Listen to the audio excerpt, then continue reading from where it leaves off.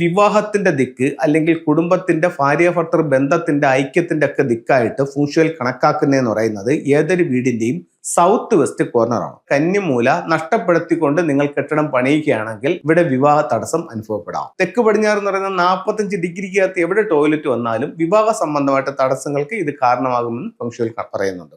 Chinese വാസ്തുകലയായ ഫുങ്ഷോ പ്രകാരം നമ്മുടെ ഓരോ സൗഭാഗ്യങ്ങൾക്കും വീടിന്റെ ഓരോ ദിക്കുമായി ബന്ധമുണ്ട്. അപ്പോൾ അങ്ങനെയാണെങ്കിൽ ഒരു വ്യക്തിയുടെ വിവാഹത്തിന്റെ ദിക്ക് അല്ലെങ്കിൽ കുടുംബത്തിന്റെ ഭാര്യ ഭർത്തൃ ബന്ധത്തിന്റെ ഐക്യത്തിന്റെ ഒക്കെ ദിക്കായിട്ട് ഫുങ്ഷുവൽ കണക്കാക്കുന്നതെന്ന് പറയുന്നത് ഏതൊരു വീടിന്റെയും സൗത്ത് വെസ്റ്റ് കോർണറാണ്. അപ്പോൾ വിവാഹം നടക്കാത്ത വ്യക്തികൾക്ക് തെക്കു പടിഞ്ഞാറ് ഭാഗത്ത് എന്തെങ്കിലും തരത്തിലുള്ള ദോഷങ്ങൾ സംഭവിച്ചിട്ടുണ്ടെങ്കിൽ അത്തരത്തിലുള്ള കാര്യങ്ങൾക്ക് തടസ്സമുണ്ടാവും.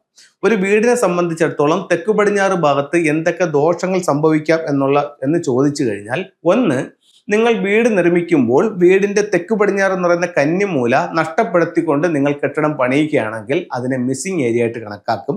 ഇവിടെ വിവാഹ തടസ്സം അനുഭവപ്പെടാം. രണ്ട്, തെക്ക് പടിഞ്ഞാറ് ഭാഗം വീട് വെക്കുമ്പോൾ അതിനകത്തൊരു ടോയ്ലറ്റ് വന്നിട്ടുണ്ടെങ്കിലും, തെക്ക് പടിഞ്ഞാറ് കറക്റ്റ് മൂലയിൽ തന്നെ ടോയ്ലറ്റ് വരണമെന്നില്ല, തെക്ക് പടിഞ്ഞാറ് എന്ന് പറയുന്ന 45 ഡിഗ്രിക്കകത്ത് എവിടെ ടോയ്ലറ്റ് വന്നാലും വിവാഹ സംബന്ധമായിട്ട് തടസ്സങ്ങൾക്ക് ഇത് കാരണമാകുമെന്ന് ഫുങ്ഷുവൽ പറയുന്നുണ്ട്. അതുപോലെ തന്നെ ഈ ദിക്കെന്ന് പറയുന്നത് ചിലർ പറയും തെക്ക് പടിഞ്ഞാറ് സെപ്റ്റിട്ടാൻ കൊണ്ടെന്ന് വെച്ചാൽ സാറേ തെക്ക് പടിഞ്ഞാറ് കറക്റ്റ് മൂലയിലില്ല, 3 അടി മാറിയിട്ടാണ്, 5 അടി മാറിയിട്ടാണെന്നൊക്കെ കണക്കുകൾ പറയുന്നവരുണ്ട്. തെക്ക് പടിഞ്ഞാറ് എന്ന് പറയുന്നത് ആ വീടിന്റെ 8-ലൊരു ഏരിയ ആയിട്ട് അല്ലെങ്കിൽ 9-ലെ ഏരിയ ആയിട്ടാണ് കണക്കാക്കപ്പെടുന്നത്. ആ ദിക്കിൽ ഇത് വരാൻ പാടില്ല. ആ ദിക്കിൽ എവിടെ വന്നാലും ഇത് വിവാഹ തടസ്സമായി കണക്കാക്കപ്പെടുന്നുണ്ട്. സെപ്റ്റിക് ടാങ്ക്, വേസ്റ്റ് വാട്ടറിന്റെ കുഴി, കിണർ, ബോർവെല്ല്, ഇത്തരം കാര്യങ്ങൾ തെക്ക് പടിഞ്ഞാറ് വരുന്നത് വിവാഹ സംബന്ധമായിട്ട് തടസ്സമുണ്ടാവും. അപ്പൊ ഇത്തരം കാര്യങ്ങൾ അവിടെ ഇല്ല എന്നുള്ളത് നമ്മൾ ഉറപ്പുവരുത്തണം. അതുപോലെ തന്നെ ഇത്തരത്തിലും എന്തെങ്കിലും കാര്യങ്ങളുണ്ടെങ്കിൽ അതിന്റെ യഥാവിധി പരിഹാരങ്ങൾ ചെയ്ത് അതിനെ കറക്റ്റ് ചെയ്യേണ്ടതും അത്യാവശ്യമാണ്. ഇനി വിവാഹത്തിന് വേണ്ടിയിട്ട് വീടിന്റെ തെക്ക് പടിഞ്ഞാറ് ഭാഗത്ത് നിങ്ങൾ മിനിമം ഒരു 3 മണിക്കൂറെങ്കിലും ഒരു റെഡ് ലൈറ്റ് ഇടുന്നത് വിവാഹ സംബന്ധമായിട്ട് പെട്ടെന്ന് നടക്കാൻ സാധ്യതയുള്ള ഒരു കാര്യമായി ഫുങ്ഷുവൽ അതിനെ കണക്കാക്കുന്നുണ്ട്.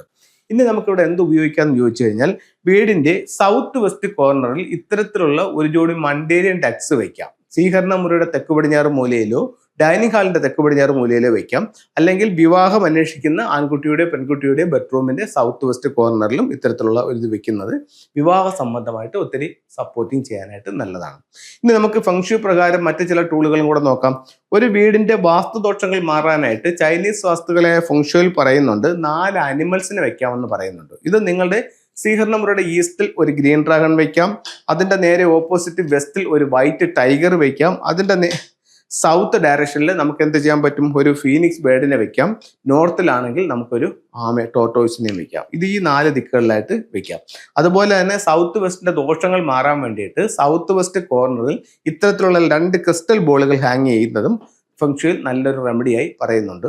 അപ്പോൾ എല്ലാവർക്കും എല്ലാ ഐശ്വര്യങ്ങളും ഉണ്ടാവട്ടെ എന്ന് പ്രാർത്ഥിച്ചുകൊണ്ട് നിർത്തുന്നു. നന്ദി, നമസ്തേ.